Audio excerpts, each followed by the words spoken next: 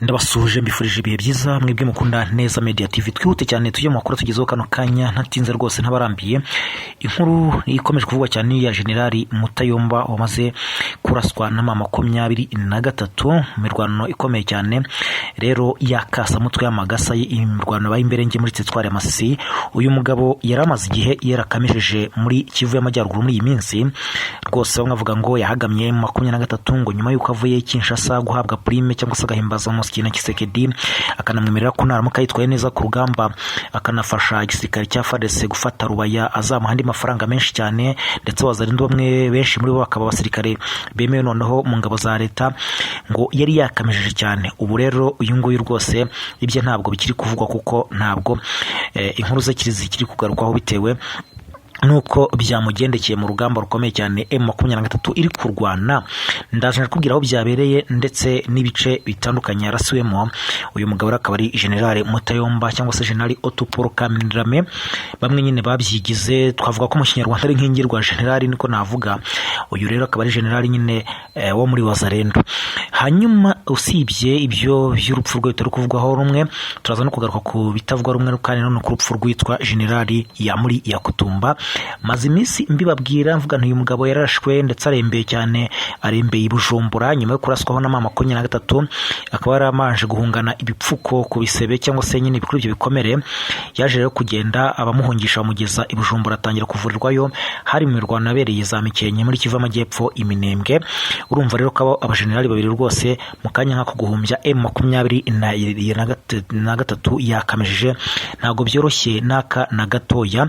Usibye ko n'undi M23 abangaba ntago bafata nk'abantu bakomeye cyane cyangwa se twavuga ngo badanje bigendanye no kuba hari abajenerali ba autoproclame cyangwa se batari abanyabo rwose. M23 kugira ngo itangazwe no kuba yivuganye uyu mujenerali nk'uyu nguyu yatangazwa no kwivugana wenda umukoloneli runaka mu gisirikare cya leta Kongo FARDC, nubwo n'amakuru avuga ko nabo bari kwasiga umutwe nayo ahari. Ndaza nayo ko yaguha uko yakagenze 5 kuri 5. Turaza rero no kugaruka ku makuru nyirizina muri Masisi y'urugamba aho rugeze. M23 wa umuvuduko wayo ugeze hehe kugeza ubu? Ejo nababwiraga yuko iri gusatira Gatoyi, iri gusatira Kazinga. Ubu byabaye Tombe bimeze bite? Ayo makuru ntuze kuyacikwa.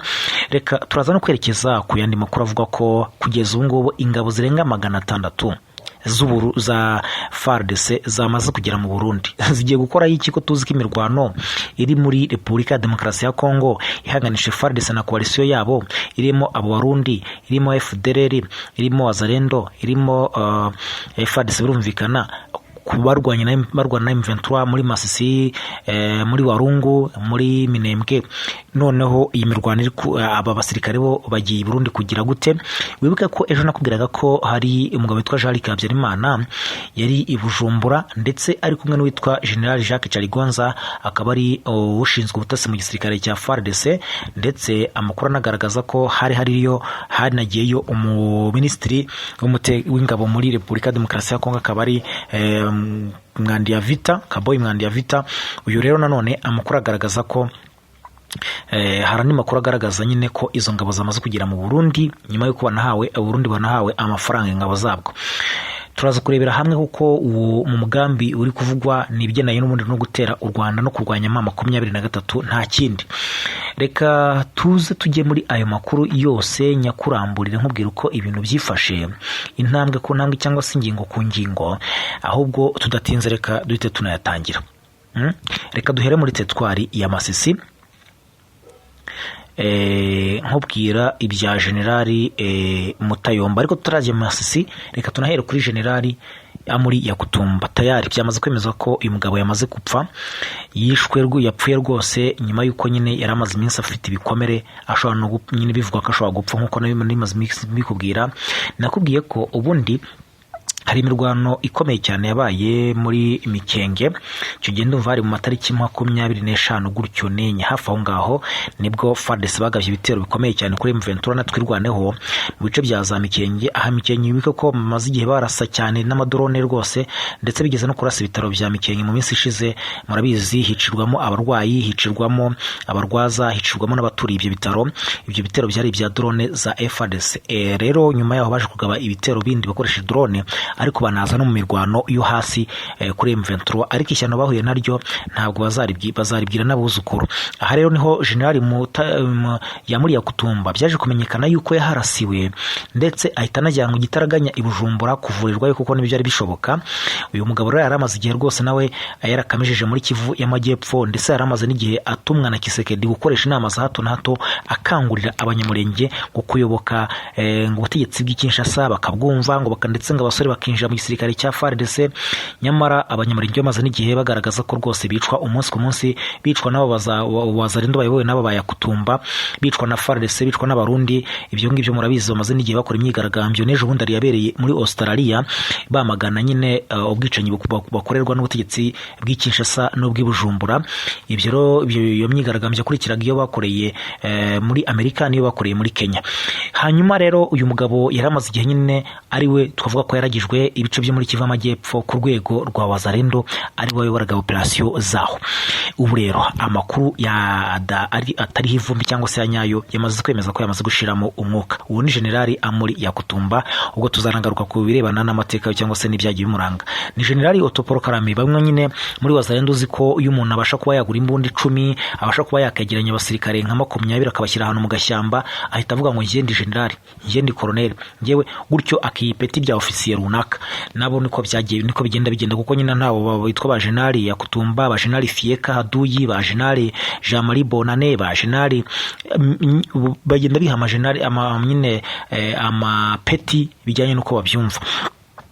Reka tugiye Masisi muzi ko ari imirwano ihambaye ikomeye cyane imaze iminsi hafi cy'umweru, ndetse M23 ubu ngubu yahindukiranye FARDC icurika ikibuga cy'imirwano. Mu minsi ya mbere uko bayibijije icyuya, ndetse rwose banayifatana ibice byinshi bigera mu 10, hanyuma banasatira umujyi wa Rubaya cyangwa se agace ka Rubaya gacukurwamo amabuye y'agaciro menshi cyane mu bwoko bwa Kuruta. Iyi Rubaya ndetse ikaba Kisekedi yarayihaye Leta z'Ubumwe za Amerika ngo bazaze kwacukura amabuye y'agaciro, akaba yarahangaciro cyane nuko Leta z'Ubumwe za Amerika zigiye kwacukura, nyamara hagenzurwa na 23. Niyo mpamvu barwanaga umunsi ku munsi umuhenerezo kugira ngo hazacukurwa amabuye hari kugenzurwa na Leta ya Kinshasa n'igisirikare cyayo, kubera ko Amerika Kisekedi yasabye Amerika gushyira igitutu kuri M23 ngo ive Rubaya. Amerika baravuga bati reka ahubwo mwebwe ni mu Rwanda niba mufite agatuza ni mu basunika nta kibazo, naho twebwe kwa twahacukura hagenzurwa na M23 nta kibazo kirimo, niba bongeye cyose baba bataduhutaje. Nguko rero uko byagenze, maze Kisekedi ahita abasirikare bati ni mu Rwanda rero sasa M23 muyambure Rubaya. Bararwanye rwose abo bamutayomba bava Kinshasa bahabwa amaprime bagira gute, ku buryo bonaga ko M23 bari kwisatira. Budakeye kabiri M23 aragiye ireba ikibazo cyari gikomeye cyane gituma bakomeza kugenda babarasaho, kuko cyari gishingiye ku kuba hari amadrone ari kurasa ari kugaba ibitero kuri M23 ku bwinshi, kandi guhangana na drone wori nka M23 udafite nawe amadrone menshi cyane ngo umuhangane gutyo byakugora. M23 isikora operasiyo y'amateka idasanzwe, bagiye Kisangana hitwa Bangoka, ahaturuka izo drone ziza kugaba ibitero muri Masisi. Baraharashe bikomeye cyane, maze intwaro isanzwe irinda ikirere no kugifasha kugenzura no gufasha kuyobora indege n'ibiki byose barayisenya, ndetse banasenya n'indi koranabuhanga rifasha indege kuguruka ndetse no kuhagera hariya Ikisangana. Ubu ngubu ibyo nibikora. Ibyo byatumye M23 ibona agahenge k'izo drone zayigabagaho ibitero, ahubwo yo itangira gukoresha izayo nkeya ifite zirimo iza kamikaze n'izindi. Byatumye rero mu kanya nka kuguhumbya bya bice byose ko byakabaye ibyisubiza. Ubu ngubu ahubwo kongera gufata ibindi bice. Abasirikare ba FARDC, Abarundi, Wazalendo, FDLR bari guhunga umusubirizo, bari guhunga Masima Gamana badakoza hasi ibirenge. Mbere yuko dukaruka ku byegeranye n'uburyo bari guhunga, reka mbanze nkubwire ku bigendanye n'uburyo uwitwa General Mutayomba yamaze kuraswa, ndetse bikanavuga ko yaba yahasize ubuzima cyangwa se yamaze gupfa. Yamaze gupfa kuko harimo abayobozi bo muri M23 bamaze kwemeza aya makuru. Ubundi ni amakuru aturuka nyine muri Kivu y'Amajyaruguru avuga ko General Mutayomba, umwe mu bayobozi bakuru b'inyeshyamba za FDLR na Wazalendo yarasiwe mu mirwano ikaze yabahuje n'abarwanyi ba AFC M23 mu gace ka Ngururu gaherereye muri groupement ya Nyamaboko ya mbere muri teritwari ya Masisi. Amakuru rero atugeraho avuga ko General Mutayomba yarashwa amasasu 2 hejuru y'ibere cyangwa se mu gatuza mu mirwano yabahuje na M23 ikomeye cyane mu gace kitwa Ngururu. Ni imirwano itari yoroshye na gatoya kuko hari akasamutwe yarasiwemo ndetse kandi n'umuvugizi wa Wazalendo, ndetse hanarashwe benshi, abandi barafatwa, ibirwanisho birafatwa. Rero iyo mirwano ikaba yahereye ku munsi w'ejo. Uyu rero Generali Mutayomba nibwo yahise agezwa mu bitaro by'Ibeni kugira ngo yitabweho, yarakiri guhumeka, akirimo akuka.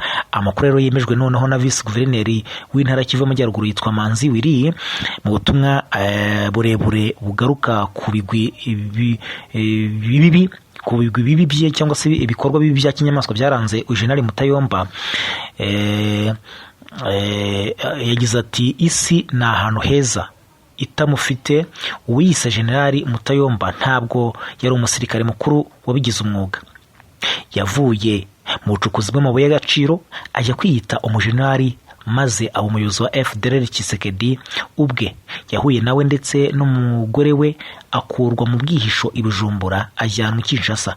Ibi ni bimwe mu butumwa burebure rero bwa Manzi Wiri yashyize ahagaragara. Akomeza anavuga ko nubwo hari imibabaro myinshi yateje, yabihembewe kandi akarindwa. Ati umurage wa Mutayomba n'umwe wo gusenya. Yishe abasivile, asahura abaturage, yica amatungo y'abaturage ba Masisi, ingo n'ibindi midugudu abihindura umuyonga. Akagira ati vuba aha imidugudu ya Kinigi yatwitswe arebera, bituma imiryango ihunga kandi yashegejwe. Uyu munsi bwo Tshisekedi yari mu nzira yo kwitabira umukino w'umupira w'amaguru mu gihe ibibazo bikomeye bikomeje kwibasira igihugu. Iherezo rya Mutayomba riributsa ingaruka zizagera kuri benshi bemera gukoreshwa nk'ibikoresho bya gahunda za politiki.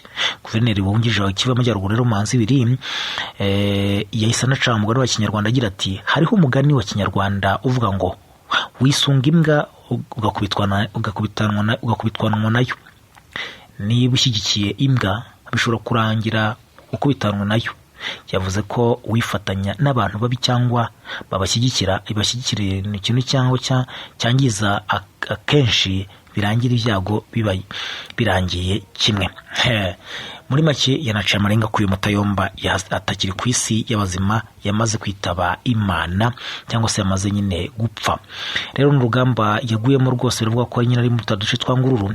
Aha rero nanakubwira ko imirwano yahise ikomeza, tayari imirwano ikomeye cyane, kuko usibye uwo Mutayomba binavuga ko yishwe ndetse akicanwa n'abandi bamurinda bagera muri 5. Biravuga ko hapfuye abakoloneli 2 muri FARDC bo muri Special Force HIB, hakapfa Wazalendo benshi barenga 30, ndetse n'abandi bo muri coalition nyine barimo Abarundi na Wazalendo birumvikana. Kugeza ubu rero amakuru avuga ko imirwano ikomeye cyane n'ubundi yabereye ahitwa Ruwashi Burora, ni ahantu hafatwa nk'aho ingenzi mu rwego rwa gisirikare cyangwa se ari point strategique, kubera ko hagenzura inzira nyinshi zihuza uduce dutandukanye tw'iyi teritwari. Abaturage rero bavuga ko urusaku rw'amasasu n'ibisasu biremereye cyane rwatangiye kumvikana mu ijoro ryakeye kugeza mu masaha ashize y'uyu munsi. Ibintu byateye ubwoba bukomeye cyane bituma abaturage benshi batangira kugenda bahunga. Bamwe mu baturage rero bari guhungira mu bice bya Nyabyondo naho ejo bundi haberaga imirwano ikomeye cyane, mu gihe abandi berekeje mu duce bakeka ko dufite umutekano. Ibikorwa by'ingendo hagati ya Masisi centre na Nyabyondo byahagaze, n'abaturage bo muri Bukombo, Kisima n'utundi duce twegereye aho imirwano yabereye bakomeza kwimuka ari benshi. Amakuru kandi ari hafi y'ahabereye imirwano agaragaza ko abarwanyi ba Wazalendo batangije ibitero kuri M23 bakoresheje intwaro zoroheje n'iziremereye. Nyuma y'ibitero abarwanyi ba M23 birisuganya bakora operation idasanzwe, barabazenguruka barabahondagura ku buryo babavanye aho ngaho nabe. Ndetse binavugwa ko ahandi habereye imirwano n'ubundi ari mu bice byegereye Kazinga ko M23 ndetse ubu ngubu tayari yabiri kuhagenzura. Urumva rero ntabwo ibintu byoroshye na gatoya, ntabwo byoroshye na gatoya. Ikindi nakubwira nuko mu bice bya Warungu naho hakomeje kumvikana imirwano, aho rwose mu bice bigiye bitandukanye aho ngaho za hafi ya centre n'ahandi. Ikindi nuko iminembwe abaturage bakomeje guhunga ibitero bya drone za FARDC za Ruzi, za Biziba, za Bidegu, za Bijombo, za Gakenke, za Karongi, za Mikenke, aho ngaho hose ahita kwamurura Mukoko. Ntabwo ibintu byoroshye, abaturage bakomeje kugenda bava mu byabo bahunga amasigamana. Ntabwo ibintu byoroshye. Ivuga ko hari abasirikare barenga 600 bo mu ngabo za FARDC bamaze kugera mu gihugu cy'u Burundi. Babwira ngo bajyanwe n'iki, ubwo ngubwo reka rwose mbanze mbigarukeho ko mbere yuko ngira byinshi, mbere yuko nsoza amakuru yacu. 637 bamaze kugera mu Burundi, bagiye muri gahunda zo gufatanya na FDLR, muri gahunda zo gufatanya n'abarundi FDN b'igisirikare cy'u Burundi muri ya myitozo ikomeje kubera mu ishyamba rya Kibira, mu mugambi wo gutegura imirwano ikomeye cyane yo kurwanya M23 by'umwihariko muri Kivu y'Amajyepfo ndetse no gutera u Rwanda. Muzi ko ejo nababwiraga ko hari umugabo witwa Jean Habyarimana yari i Bujumbura agiye kubonana n'abarimo minisitiri w'ingabo wo muri Kongo Mwadiavita, akabona na Generali Prime Niyongabo umugabo mukuru w'ingabo z'u Burundi, akabona na Generali Jacques Tarigonza umutasi mukuru muri FARDC ndetse n'abandi bayobozi muri FDLR, bakawuganira ku kibazo cyo kurwanya M23 ndetse n'uburyo batera u Rwanda. Ibyo ngibyo byanajyanye n'amakuru avugaga ko miliyoni zirenga 3 zatanzwe na Mwadiavita ku ngabo z'u Burundi ngazishimira uburyo ziri kwitwara muri Kongo, ndetse ikaba ari na prime cyangwa se agahimbaza musyi. Ibyo byose rero byaje gusozwa nuko amakuru amaze kumenyekana ari uko abasirikare 637 ba FARDC bamaze kutayari kugera mu gihugu cy'u Burundi muri izo gahunda z'iyo myitozo ikomeje. Mwibutse ko gahunda ihari ari uko witwa Generali Sibomana Inyasi wo muri mu ngabo z'u Burundi, akaba ari umutasi mukuru mu Burundi. Uyu ngako rero ugomba kuyobora ibikorwa byose iby'iryo koraniro ryo gutera kurwanya M23 ndetse no gushaka gutera u Rwanda. Rero numva nanga ibintu byoroshye na gatoya, ibintu ushobora kuba ari bibi cyane. Reka rero mbashimire cyane mwebwe mukunda amakuru n'ibiganiro tubagezaho, mbe nyasoreje ahangaha mu kanya gatuma tegura andi makuru menshi agezweho atandukanye, mbabwira uko ibintu byifashe.